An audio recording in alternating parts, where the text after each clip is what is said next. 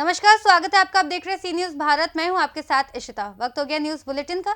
इस बुलेटिन में बात करेंगे जशपुर की, जहां कुनकुरी रेंज के अंतर्गत जंगल में आग लगाने का मामला सामने आया है। साथ ही बात करेंगे झालावाड़ की, जहां एक युवक के दोनों पैर ट्रेन की चपेट में आने से कटकर अलग हो गए। इन तमाम खबरों पर विस्तार से बात करेंगे। अमरोहा जनपद के सहसपुर अलीपुर निवासी भारतीय क्रिकेट टीम के तेज गेंदबाज मोहम्मद शमी को लेकर बरेली के मौलाना शहाबुद्दीन के द्वारा दिए गए बयान पर अमरोहा के लोगों ने अपनी अपनी राय दी, जिसमें कुछ उनके समर्थक भी दिखाई दिए तो कुछ मौलाना की राय के खिलाफ दिखाई दिए। मोहम्मद शमी के परिवार ने भी मौलाना शहाबुद्दीन बरेलीवी को नाराजगी जताई। कहा कि टीआरपी के चक्कर में लोग ऐसे बयान दे देते हैं। मोहम्मद शमी के चचेरे भाई ने मौलाना बरेलवी को इस्लाम की किताबें पढ़कर ज्ञान बढ़ाने की नसीहत दी। एक बार उनके भाई मोहम्मद शमी के भाई को सुनिए, क्यों मजहब पर मोहम्मद शमी किसी के सर्टिफिकेट की ज़रूरत नहीं। आपका नाम? मेरा नाम मोहम्मद गुलफाम। कहाँ के रहने वाले हैं? नवादा। अमरोहा जी। ये बताइए, जो मोहम्मद शमी है क्रिकेटर, उनको लेकर के ट्रोल हो रहा है। वो उनको लेके कुछ लोग कह रहे हैं, जो धार्मिक लोग भी हैं, वो ये कह रहे हैं कि साहब इन्होंने वो रोज़ा तोड़ करके क्रिकेट खेला है भारत के लिए। तो क्या कहना चाहते हैं आप? उन्होंने रोज़ा रखा ही नहीं था। अगर रोज़ा रखते तो पूरा करते भी हो। रोज़ा नहीं रखा था उन्होंने। तो आपकी निगाह में उन्होंने रोज़ा नहीं रखा था? रोज़ा ही नहीं रखा। अच्छा, तो रखते तो तोड़ते ही नहीं। अच्छा, वैसे क्या नाम है, जो ये ट्रोल हो रहा है उसको ले क्या कहेंगे आप, जो उन्हें परेशान किया जा रहा है? ये जो ट्रोल कर रहे हैं वो गलत हैं? इस तरीके से नहीं करना चाहिए। भारत के लिए इतना अच्छा प्रदर्शन करते हैं वो, तो आप क्या उन्हें पसंद करते हैं? उनके साथ हैं जी, उनका समर्थन करते हैं? बहुत पसंद करते हैं। खास तौर से उनकी बीवी का ये एक तमाचा है जो उन पर देशद्रोही का केस लगाया था। उन्होंने उसको भी दिखाया कि हमारा मोहम्मद शमी को लेकर बरेली के मौलाना शहाबुद्दीन उन्होंने एक बयान दिया है कि उन्होंने रोज़ा छोड़ा है, तो उसको लेकर तरह तरह की प्रतिक्रिया दी। मतलब बहुत खतरनाक उन्होंने कहा कि गुनाह अजीम किया। उसको लेकर क्या कहना है आपका? देखिए, मौलाना ये तय नहीं करेंगे कि उन्होंने गुनाह अजीम किया है। दूसरी बात यह है कि इंसान जब सफ़र पर होता है तो इस्लाम के अंदर ये गुंजाइश दी गई है कि वो रोज़ा हो या नमाज हो उसको छोड़ सकता है और बाद में उसका कफ़ारा दे सकता है।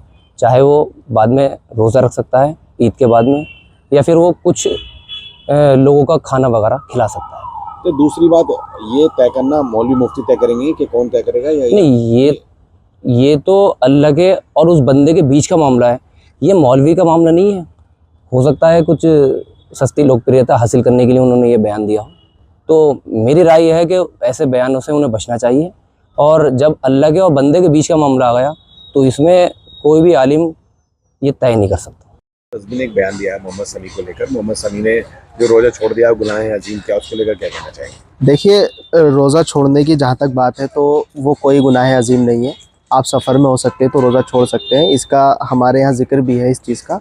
और जहाँ तक शमी की बात है तो शमी ने माशाल्लाह, मोहम्मद शमी ने बहुत अच्छा प्रदर्शन किया है। उन्होंने बेहतरीन बॉलिंग की है और जिस तरीके से उन्होंने बॉलिंग किया, हमें उम्मीद है कि आने वाले फाइनल में भी मोहम्मद शमी इसी तरीके से बॉलिंग करेंगे और इंशाल्लाह ताला 7 से 8 विकेट लेकर भारत को जीत दर्ज कराएंगे। कि गुनाह तो तय करेंगे मुफ्ती करेंगे या मौलाना करेंगे या अल्लाह करेगा? कौन करेगा? ये गुनाह तो भाई अल्लाह की तरफ से है और अल्लाह ने जो फरमा दिया है उस पर तो उसको तो कोई काट ही नहीं सकता। मोहम्मद शमी देश के लिए खेल रहे हैं, हिंदुस्तान को पूरे गर्व है। बिल्कुल, हमें शानदार बॉलिंग करते हैं। हमें फ़ख्र है अपने शमी पर, अमरोहा को फ़ख्र है शमी पर, हमें पूरे अमरोहा को मोहम्मद शमी पर फ़ख्र है। जी, नज़वी ने मोहम्मद शमी के लिए बयान दिया है, जो उन्होंने ग्राउंड पे जो पानी पिया था, रोज़ा छोड़ दिया था। वो कह रहे हैं जो है इस कंडीशन में जो है आपने गुनाह अजीम किया है। उसको लेकर क्या प्रतिक्रिया है?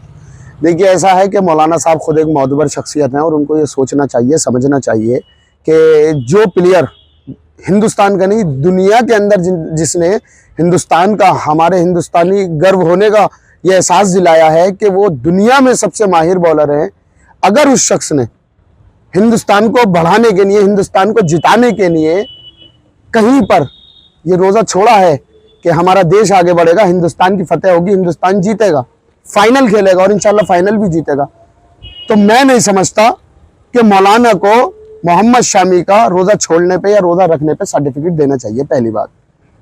और दूसरी बात यह है कि क्रिकेट खेलना, 50 ओवर का मैच खेलना बहुत आसान बात नहीं है।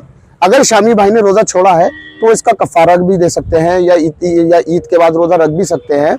ये उनका और अल्लाह का मामला है, ना कि मौलाना रज़वी साहब का मामला है। मौलाना रज़वी साहब सर्टिफिकेट नहीं दे सकते मोहम्मद शमी को। मौलाना ने कि मोहम्मद शमी ने जो रोज़ा छोड़ा है वो गुनाह कर लिया है। उसको लेकर क्या कहना चाहेंगे? उसको लेकर मेरा कहना ये है एक तरीके से कि मौलाना ये नहीं कह सकते कि आपने रोज़ा छोड़ा, ये तो उनका निजी मामला है, उनकी कुछ परेशानी भी हो सकती है किस वजह से उन्होंने रोज़ा छोड़ा। या फिर ऐसा भी कह सकते हैं कि एक मैच अगर वो खेल रहे हैं तो 50 ओवर का मैच है, उसके अंदर अगर आप खेल रहे हैं तो एक आदमी की थकान बहुत ज़्यादा हो जाती है, उसके लिए एनर्जी होना बहुत ज़रूरी है इस के अंदर। ये कोई मौलवी मुफ्ती या मौलाना तय करेगा? नहीं, ये तो मैं नहीं कह सकता है, कोई मौलाना मुफ्ती या कुछ भी तय नहीं कर सकते, वो तो अल्लाह के और बंदे के बीच का मामला है, वो उनकी अपनी निजी बात है, वो उनका अपना मामला है कि वो रोज़ा रखें या छोड़ें। और जैसे कि वो सफ़र में है, इस्लाम उनको ये इजाज़त देता है कि आप रोज़ा छोड़ भी सकते हैं, लेकिन उसका कफ़ारा अदा किया जाएगा या कुछ लोगों को खाना खिलाया जाएगा, वो उनका अपना निजी मामला है, वो उसकी रियायत ले सकते हैं। मोहम्मद शमी देश के लिए खेल रहे हैं, पूरा देश उन पर गर्व कर रहा है। देश के लिए खेलना है, पूरा देश उन पर गर्व कर रहा है। वो अगर चाहें तो उनके अपना निजी मामला है रोज़ा छोड़ने का, उन पर किसी की मौलाना का कुछ भी कहना मेरी नज़र में तो सही नहीं। अमरोहा से सी न्यूज़ संवाददाता गौरव श्रीमाली की रिपोर्ट। राजलदेसर कस्बे का प्राचीन मंदिर मेहंदीपुर बालाजी में श्री राम कथा एवं हनुमत कथा के 8वें दिन पुजारी राजू राम के सानिध्य में गणेश सोनी एवं अरविंद बोहरा ने सपत्नी व्यासपीठ की पूजा अर्चना की। व्यासपीठ पर विराजमान अनंत विभूषित मद दंडी स्वामी शिवेंद्राश्रम महाराज ने कथा के 8वें दिन वनवास काल में भगवान राम की लीलाओं का वर्णन किया। महाराज श्री ने व्यासपीठ से सीता रावण संवाद, सबरी राम संवाद, वर्णन, वनवास के दौरान राम भरत मिलाप सहित सुंदर व्याख्यान किए। कथा में मेहंदीपुर बालाजी भक्त मंडल के सदस्य, सोनी परिवार, बोहरा परिवार के साथ कस्बे के सैकड़ों महिला पुरुष मौजूद थे। जय श्री बालाजी की। आज राम कथा और हनुमान कथा के 8वें दिन गुरुदेव ने माँ सीता के हरण और सबरी के उद्धार की कथा सुनाई। इस कथा सुनाई और सुंदर वर्णन किया है। इसके बारे में भजनलाल जी आप बताइए। आज मेहंदीपुर बालाजी गांव राजलदेसर में अष्टम दिवस की कथा में भगवान श्री राम ने सबरी को उपदेश दिया और सीता हरण की कथा दंडी स्वामी श्री शिवेंद्राचार्य जी महाराज ऋषि आलोक की मुखारविंद से हुई। आज पंडाल दर्शकों से भरा हुआ था। श्रद्धालु मंत्र मुग्ध होकर आज सीता हरण की कथा सुनी और सबरी को नवदा भक्ति का जो उपदेश दिया उस पर बड़ा व्याख्यान हुआ। सभी ने मन से आज इस कथा को सुना। ये अष्टम दिवस की कथा थी मेहंदीपुर बालाजी मंदिर प्रांगण आथुणाबास गांव राजलदेसर में। कल कथा का संपादित दिवस है और परसों यज्ञ और महाभंडारा प्रसाद। आप सभी लोगों से निवेदन कि कल कथा संपादित दिवस पर ज़्यादा से ज़्यादा लोग मेहंदीपुर बालाजी प्रांगण में पधारें। राजलदेसर से सी न्यूज़ संवाददाता पवन शर्मा की रिपोर्ट। जशपुर जिले के कुनकुरी रेंज के अंतर्गत जंगल में आग लगने का मामला सामने आया, जिसमें अधिकतम मामले जंगल में अन्य वनोपज एकत्र करने के दौरान लगाई गई आग के चलते वनस्पति विलुप्त हो जाते हैं। वहीं वन्य प्राणियों पर खतरा मंडरा रहा है। इस दौरान कुनकुरी के रेंज अफसर सुरेंद्र होता ने बताया कि महुआ को एकत्रित करने के लिए आग लगाई जाती है ताकि पेड़ों के नीचे का कचरा साफ हो जाए। यही कारण है कि आग लगाने का काम तो कर देते हैं, किंतु आग बुझाने में कुछ अवशेष रह जाने से आग धीरे धीरे फिर से भड़क उठती है। इस पर रोक लगाने के लिए नागरिकों की सहभागिता ली जाती है। बता दें, कुनकुरी रेंज में बीती रात दमगड़ा गोली पहाड़ कृषि विद्यालय के सामने एवं पंडरी पानी हनुमान टेकड़ी के पीछे आग लगी थी, जहां पर रेंजर सुरेंद्र होता स्वयं फील्ड में लगातार दौरा कर रहे हैं। उनके मार्गदर्शन में वन विभाग के कर्मचारी एवं ग्रामीणों की टीम के द्वारा आग बुझाने का कार्य लगातार जारी रहा और आग पर काबू पा लिया गया है।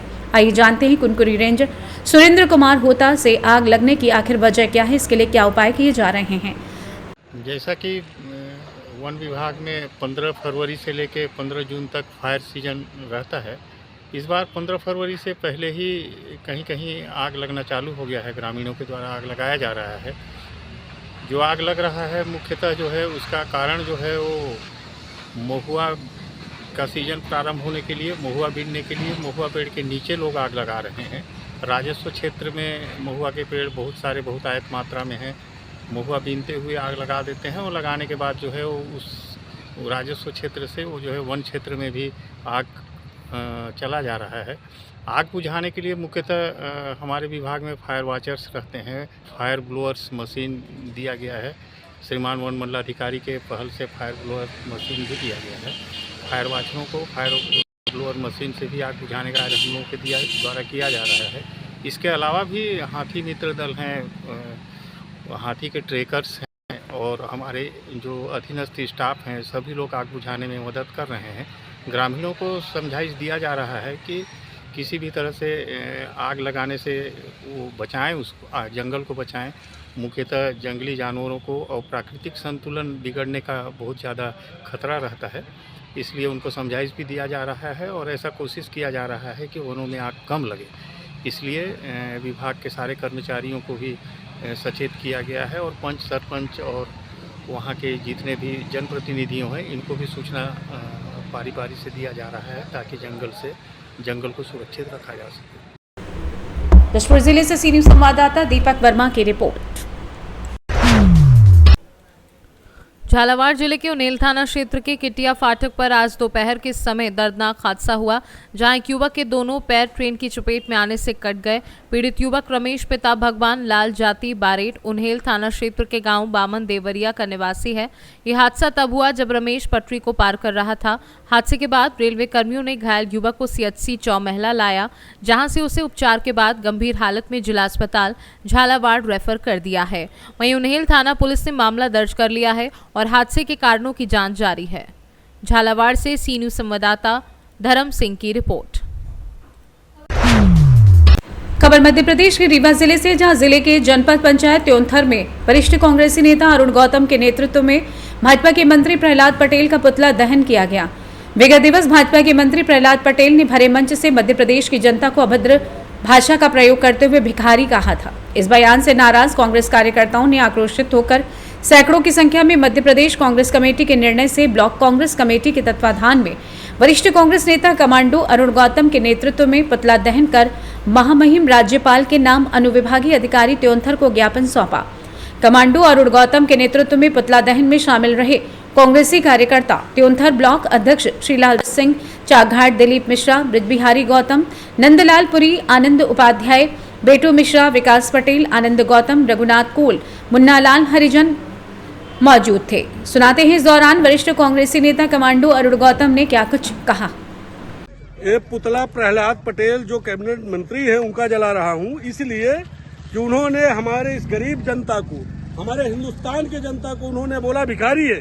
तो भिखारी हिंदुस्तान की जनता है कि सबसे बड़े भिखारी ऐसे दुष्ट नेता हैं जिन्होंने अपने राजनीति सेकने के लिए अब पूरे जनता को भिखारी बोल रहे हैं। इनसे बड़ा भिखारी कौन हो सकता है? ये जनता तो अपना हक मांगती है, लेकिन प्रहलाद पटेल क्या मांगते हैं? चुनाव के समय में वो जनता से भीख मांगने नहीं जाते क्या? जो अगर वोट का भीख मांग या किसी चीज का भीख मांगे, अपने व्यक्ति विशेष अपने स्वार्थ के लिए अगर वोट का राजनीति करता है तो उससे बड़ा भिखारी कौन हो सकता है? हम अभी तो पुतला दहन किए हैं और यह हमारा अनवरत आंदोलन और इस तरह का कृत्य चलता रहेगा जब तक भारतीय जनता पार्टी प्रहलाद पटेल से इस्तीफा नहीं लेती और प्रहलाद पटेल जनता के बीच में मीडिया के माध्यम से आकर के माफी मंच में अगर जनता से माफी नहीं मांगते तो हम उनके खिलाफ ऐसे ही हमारा ये आंदोलन चलता रहेगा, उनका पुतला दहन होता रहेगा। उनको कुछ भी बोलने के लिए उनका मुंह नहीं शांत होता है, भिखारी बोलते हैं। हमारी जनता उनको भिखारी नहीं, उनको सपोर्ट करके उनको मंत्री बनाई है। इसके लिए हमारे जनता उनके विरोध में ये पुतला जलाया है।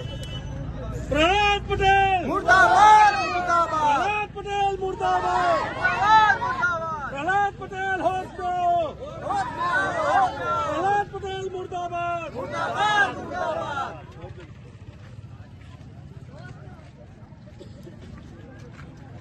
भैया, क्या आप इस पुतला दहन से सहमत हैं? हाँ, सहमत हैं।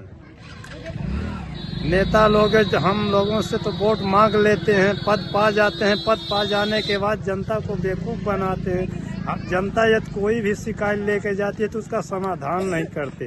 तो क्या आप इससे एकदम पूर्ण तरह से सब कोई सहमत? आप भैया, आप सब लोग सहमत हैं? सरकार को इससे सीख लेनी चाहिए कि नहीं लेनी चाहिए? लेनी चाहिए।